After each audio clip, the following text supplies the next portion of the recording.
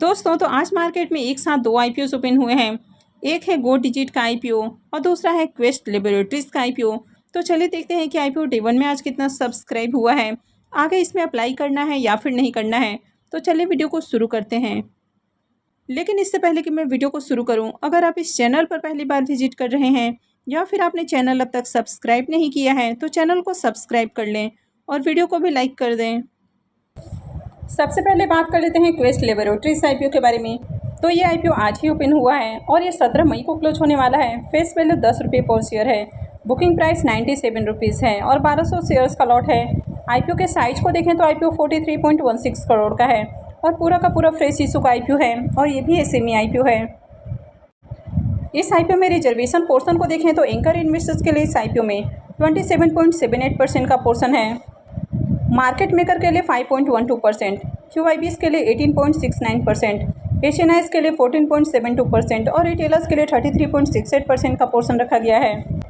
इस आईपीओ में कल ही एंकर इन्वेस्टर्स की ओर से बिडिंग आती हुई देखने को मिली है और एंकर इन्वेस्टर्स को इस आईपीओ में 12,36,000 इक्विटी शेयर्स एलोकेट किए गए हैं, यानी कि 11.99 करोड़ का जो पोर्शन है वो एंकर इन्वेस्टर्स को एलोकेट किया गया है। तो चलिए इसकी एंकर लिस्ट को भी देख लेते हैं। क्वेस्ट लेबोरेटरीज की अगर एंकर लिस्ट को देखें तो इसके एंकर लिस्ट में 4 नाम आपको देखने को मिले हैं।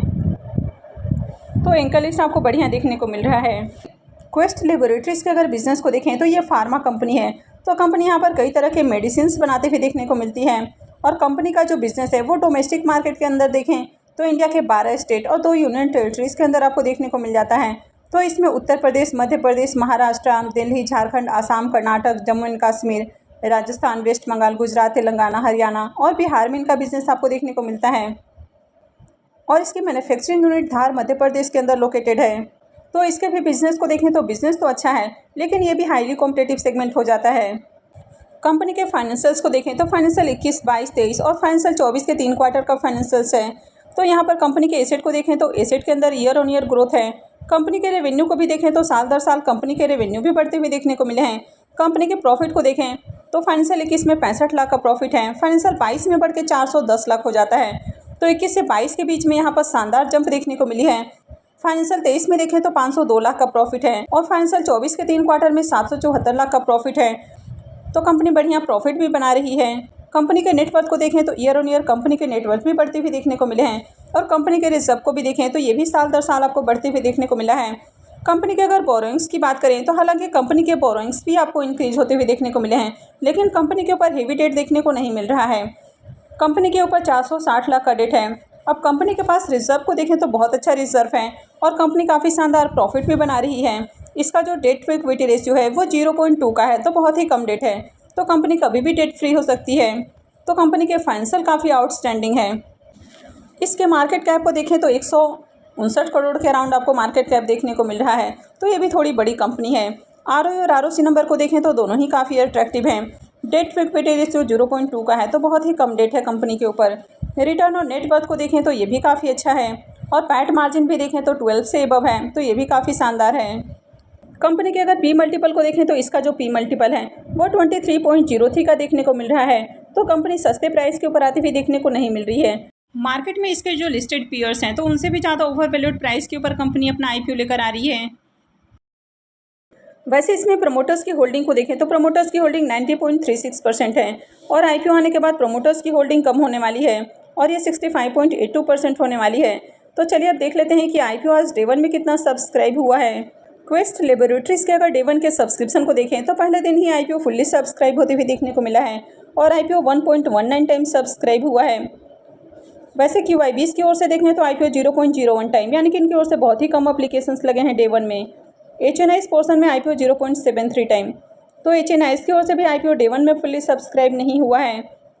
रिटेल पोर्शन में देखें तो आईपीओ 2.05 टाइम सब्सक्राइब हुआ है। तो रिटेलर्स की ओर से आईपीओ में 2561 एप्लीकेशंस लगे हैं। तो इस आईपीओ में डे 1 में देखें तो डे 1 में ज़्यादा एप्लीकेशंस नहीं लगे हैं और इसके ग्रे मार्केट प्रीमियम को देखें तो अभी भी इसका ग्रे मार्केट में प्रीमियम देखने को नहीं मिल रहा है और यही रीज़न है कि आईपीओ में ज़्यादा एप्लीकेशंस नहीं लगे हैं। अगर आगे इसमें बढ़िया एप्लीकेशंस लगते हुए देखने को मिलते हैं और ग्रे मार्केट में प्रीमियम ओपन होता है तो ही आपको इस आईपीओ में अप्लाई करना है। नेक्स्ट आईपीओ है गो डिजिट जनरल इंश्योरेंस का आईपीओ। तो ये आईपीओ भी आज ही ओपन हुआ है और ये 17 मई को क्लोज होने वाला है। फेस वैल्यू 10 रुपये पर शेयर है। बुकिंग प्राइस 272 रुपये है और आईपीओ में 55 शेयर्स का लॉट है। आईपीओ के साइज को देखें तो आईपीओ 2614 करोड़ का है।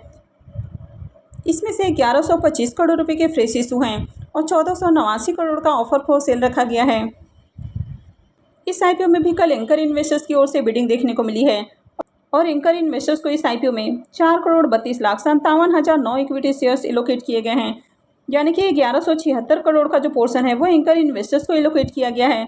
तो चलिए इसके एंकर लिस्ट को भी देख लेते हैं। गो डिजिट आईपीओ की अगर एंकर लिस्ट को देखें तो आईपीओ के एंकर लिस्ट में बहुत सारे नाम आपको देखने को मिले हैं और इसमें आपको FIIs, TIIs और साथ में म्यूचुअल फंड्स कंपनियां भी देखने को मिली है।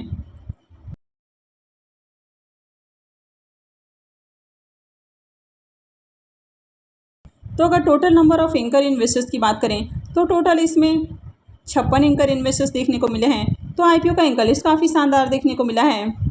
तो बड़े इन्वेस्टर्स आईपीओ को लेकर काफ़ी ज़्यादा डिमांडिंग आपको देखने को मिल रहे हैं और साथ में इसमें म्यूचुअल फंड्स कंपनियां भी आती हुई देखने को मिली है। तो इसमें कई सारी म्यूचुअल फंड्स कंपनियों ने इन्वेस्टमेंट किया है। तो इस कंपनी में 11 म्यूचुअल फंड्स कंपनियों ने 23 स्कीम्स के जरिए आईपीओ में पैसे लगाए हैं। तो म्यूचुअल फंड्स भी इंटरेस्टेड हैं।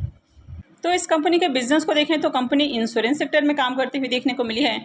2022 तक देखें तो कंपनी के रेवेन्यू और प्रॉफिट आपको निगेटिव में देखने को मिल रहे हैं, यानी कि कंपनी लॉस में देखने को मिल रही है। लेकिन फाइनेंशियल 23 से कंपनी प्रॉफिट में आई है और फाइनेंशियल 24 के पीरियड में देखें तो इसमें शानदार जंप देखने को मिला है। कंपनी के ऊपर अगर बोरोइंग्स को देखें तो कंपनी के ऊपर कर्ज बहुत कम देखने को मिलता है और अगर कंपनी के रिजर्व को देखें तो कंपनी के पास बढ़िया रिजर्व देखने को मिलता है। तो चलिए अब देख लेते हैं कि आईपीओ आज डे 1 में कितना सब्सक्राइब हुआ है। इस आईपीओ के डे 1 के सब्सक्रिप्शन को देखें तो डे 1 में आईपीओ मात्र 36% ही सब्सक्राइब हुआ है, यानी कि आईपीओ 0.36 टाइम्स सब्सक्राइब होते हुए देखने को मिला है। अब यहाँ पर QIBs की ओर से देखें तो डे 1 में बहुत ही कम एप्लीकेशंस लगे हैं, मात्र 59,960 इक्विटी शेयर्स के लिए अब तक बिडिंग आई है। HNIs पोर्सन में आईपीओ को 0.35 टाइम, यहाँ पर बिग HNIs पोर्सन 0.31 टाइम और small HNIs portion 0.42 time subscribe किया गया है।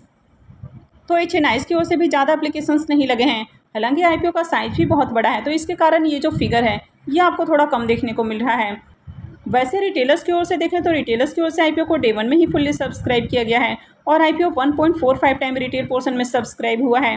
अब यहाँ पर ये जो फिगर है ये आपको ज़्यादा भी देखने को मिल रहा है, क्योंकि रिटेलर्स का जो पोर्शन है इस आईपीओ में वो मात्र 10% का रखा गया है, तो इसके कारण ये जो फिगर है आपको ज़्यादा देखने को मिल रहा है।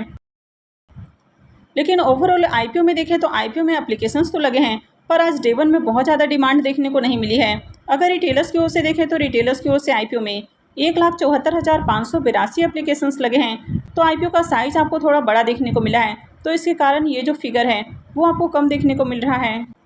तो डे 1 में देखें तो डे 1 में आपको ठीक ठाक डिमांड आती हुई देखने को मिली है।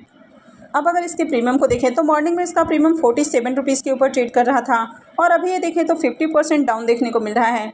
आईपीओ में 55 शेयर्स का लॉट है, इसका मतलब है कि आईपीओ से 1265 रुपये एक लॉट से प्रॉफिट हो सकता है।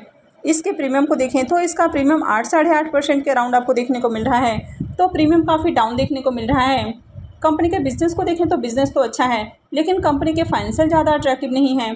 कंपनी फाइनेंशियल 23 से ही प्रॉफिट में आती हुई देखने को मिली है और ये आईपीओ भी ओवर वैल्यूड प्राइस के ऊपर आते हुए देखने को मिला है। वैसे आईपीओ का एंकर लिस्ट काफ़ी शानदार देखने को मिला है, लेकिन अभी ग्रे मार्केट में प्रीमियम काफ़ी डाउन देखने को मिल रहा है, तो इस आईपीओ में अभी आपको अप्लाई नहीं करना है। इस आईपीओ में आपको लास्ट में ही अप्लाई करने का डिसीजन लेना है। अगर आगे इसके प्रीमियम के अंदर तेजी देखने को मिलती है तभी आपको इस आईपीओ में अप्लाई करना है, क्योंकि अभी मेन बोर्ड आईपीओ काफ़ी दबाव में देखने को मिल रहे हैं। आज आपने देखा कि आधार हाउसिंग फाइनेंस आईपीओ की जो लिस्टिंग है वो आपको फ्लैट देखने को मिली है, हालांकि बाद में उसमें आपको तेज़ी देखने को मिली, लेकिन आईपीओ की जो लिस्टिंग है वो आपको फ्लैट देखने को मिली है। तो आपको ये भी समझना है कि इसकी भी ग्रे मार्केट के अंदर अच्छी डिमांड नहीं है, तो लास्ट में ही अप्लाई करने का डिसीजन लेना है। अगर आगे डिमांड आती है तो अप्लाई करना है। तो आई होप कि आपको जानकारी अच्छी लगी होगी। तो अगर आपने इस वीडियो को अब तक लाइक नहीं किया है तो वीडियो को लाइक कर दें और चैनल को भी सब्सक्राइब करके रखें, और वीडियो को अंत तक देखने के लिए आप सबको बहुत बहुत धन्यवाद।